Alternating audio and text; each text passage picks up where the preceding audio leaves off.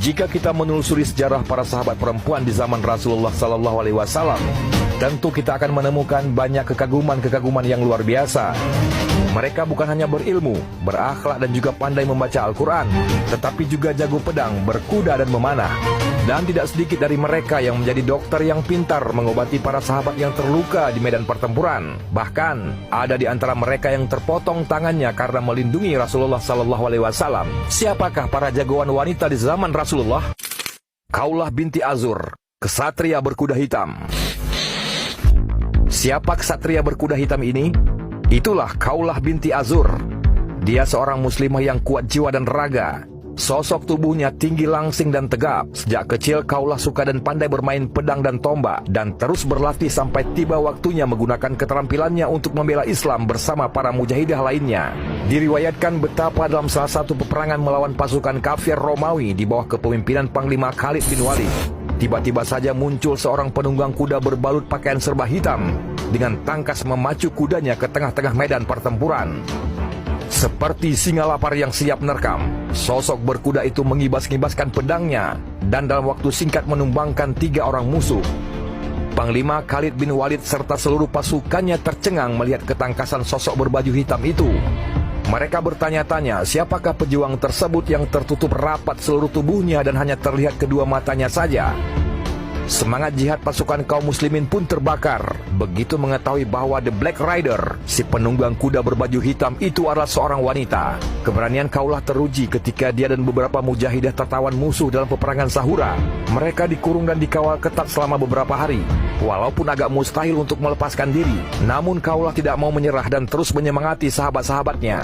Ia berkata, "Kalian yang berjuang di jalan Allah, apakah kalian mau menjadi tukang pijit orang-orang Romawi? Mau menjadi budak orang-orang kafir? Di mana harga diri kalian sebagai pejuang yang ingin mendapatkan surganya Allah? Di mana kehormatan kalian sebagai muslimah? Lebih baik kita mati daripada menjadi budak-budak orang Romawi." Demikianlah Khawlah terus membakar semangat para muslimah sampai mereka pun bulat tekad melawan tentara musuh yang mengawal mereka. Rela mati syahid jika gagal melarikan diri. Janganlah saudari sekalian gentar dan takut. Patahkan tombak mereka, hancurkan pedang mereka, perbanyak takbir serta kuatkan hati. Insya Allah pertolongan Allah sudah dekat. Dikisahkan bahwa akhirnya karena keyakinan mereka, Khawlah dan kawan-kawannya berhasil melarikan diri dari kurungan musuh.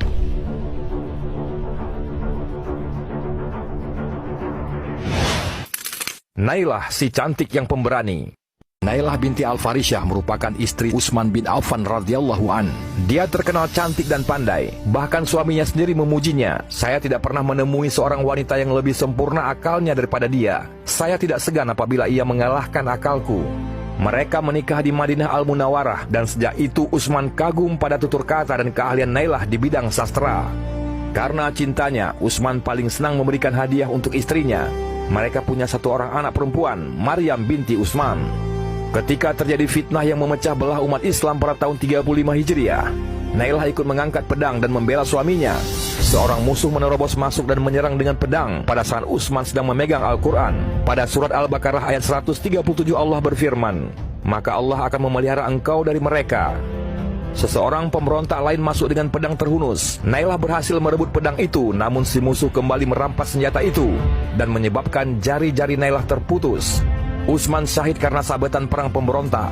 Air mata Nailah tumpah ruah saat memangku jenazah sang suami.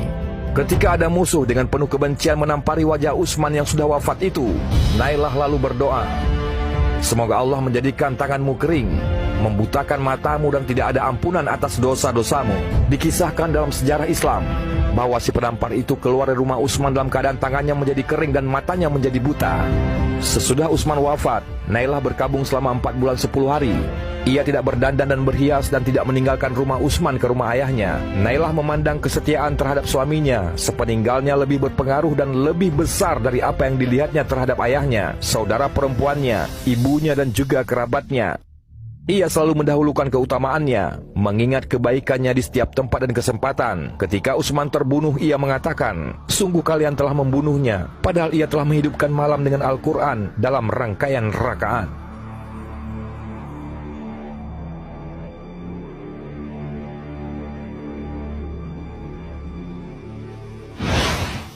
Nusaybah, si jago pedang. Rasulullah Sallallahu Alaihi Wasallam yang mulia berdiri di puncak bukit Uhud dan memandang musuh yang merengsek maju mengarah pada dirinya.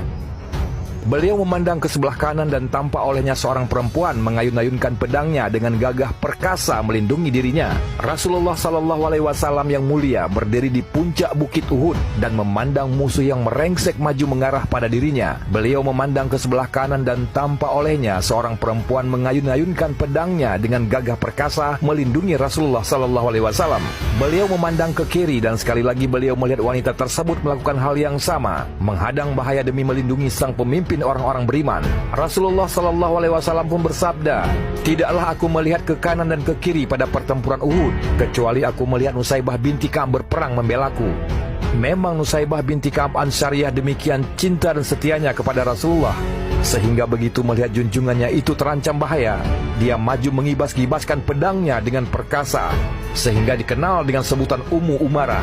Ummu Umarah adalah gelar pahlawan wanita Islam yang mempertaruhkan jiwa dan raga demi Islam, termasuk ikut dalam perang Yamamah di bawah pimpinan Panglima Khalid bin Walid sampai terpotong tangannya. Ummu Umarah juga bersama Rasulullah Sallallahu Alaihi Wasallam dalam menunaikan Baitur Ridwan, yaitu suatu janji setia dan sanggup mati syahid di jalan Allah Subhanahu wa Ta'ala. Nusaybah adalah salah satu dari dua perempuan yang bergabung dengan 70 orang lelaki Ansar yang berbaiat kepada Rasulullah Sallallahu Alaihi Wasallam. Dalam baiat Akabah yang kedua itu, ia ditemani suaminya Zaid bin Asim dan dua orang putranya Hubaib dan Abdullah. Wanita yang seorang lagi adalah saudara Nusaybah sendiri. Pada saat baiat itulah Rasulullah menasihati mereka, jangan mengalirkan darah dengan sia-sia. Dalam perang Uhud, Nusaybah membawa tempat air dan mengikuti suami serta kedua orang anaknya ke medan perang. Pada saat itu Nusaybah menyaksikan betapa pasukan muslimin mulai kocar-kacir dan musuh merengsek maju, sementara Rasulullah Sallallahu Alaihi Wasallam berdiri tanpa perisai. Seorang muslim berlari mundur sambil membawa perisainya. Maka Rasulullah Sallallahu Alaihi Wasallam berseru kepadanya, "Berikan perisaimu kepada yang berperang." Pria itu melemparkan perisai yang lalu dipungut oleh Nusaybah untuk melindungi Nabi Muhammad Sallallahu Alaihi Wasallam. Ummu Umarah menuturkan pengalamannya, "Saya pergi ke Uhud dan melihat apa yang dilakukan orang pada waktu itu, dan saya membawa tempat air. Kemudian saya sampai kepada Rasulullah Sallallahu Alaihi Wasallam yang berada di tengah-tengah para sahabat.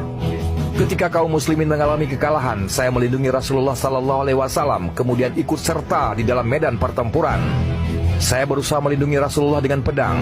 Saya juga menggunakan panah sehingga akhirnya saya terluka." Ketika ditanya tentang 12 luka di tubuhnya, Nusaybah menjawab, "Ibnu Kumayyah datang ingin menyerang Rasulullah ketika para sahabat sedang meninggalkan baginda. Lalu Ibnu Kumayyah berkata, 'Mana Muhammad? Aku tidak akan selamat selagi dia masih hidup.' Lalu Mus'ab bin Umair dengan beberapa orang sahabat termasuk saya menghadapinya.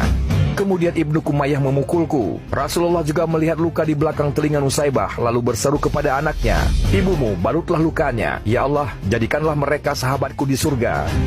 Mendengar itu Nusaybah berkata kepada anaknya, 'Aku tidak peduli lagi apa yang menimpaku di dunia ini.'